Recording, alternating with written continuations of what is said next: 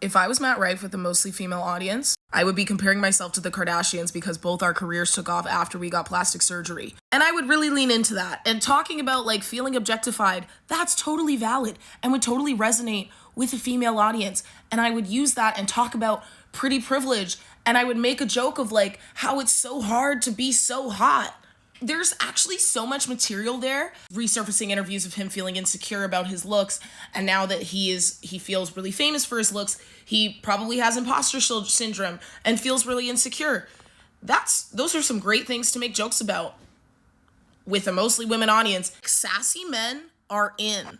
It's a sassy man apocalypse. Buki, lean into it. There's a bag to be had there. There is such a bag to be had if he just like was like, yeah, I'm a pretty boy and I hate it, and like talk about that experience of feeling objectified. Even if you feel objectified by women, okay, talk about it. Talk about it. This strategy was weird. This strategy, I don't know. It feels like it came from a wounded space. A wounded space. And I honestly do feel like one day in the future he will it could take 10, 20 years, but I do think his jokes could change to a reflection about like what even made him feel like he needed to do this in the first place. Cuz you can't keep digging the hole forever, right? Cuz he really stuck to his guns on this. He said you need a special needs helmet.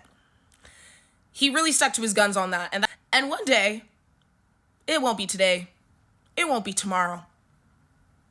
One day, 1 year, I do think that he could reflect and be like, that was really interesting how I was really insecure with my looks, and so instead decided to attack the people who could probably relate to feeling objectified in that way. That was an interesting thing. And, I don't know. I think being honest with himself about where the anger for women is coming from would be a good thing. Like he could have done it so well, and he could have done it so differently.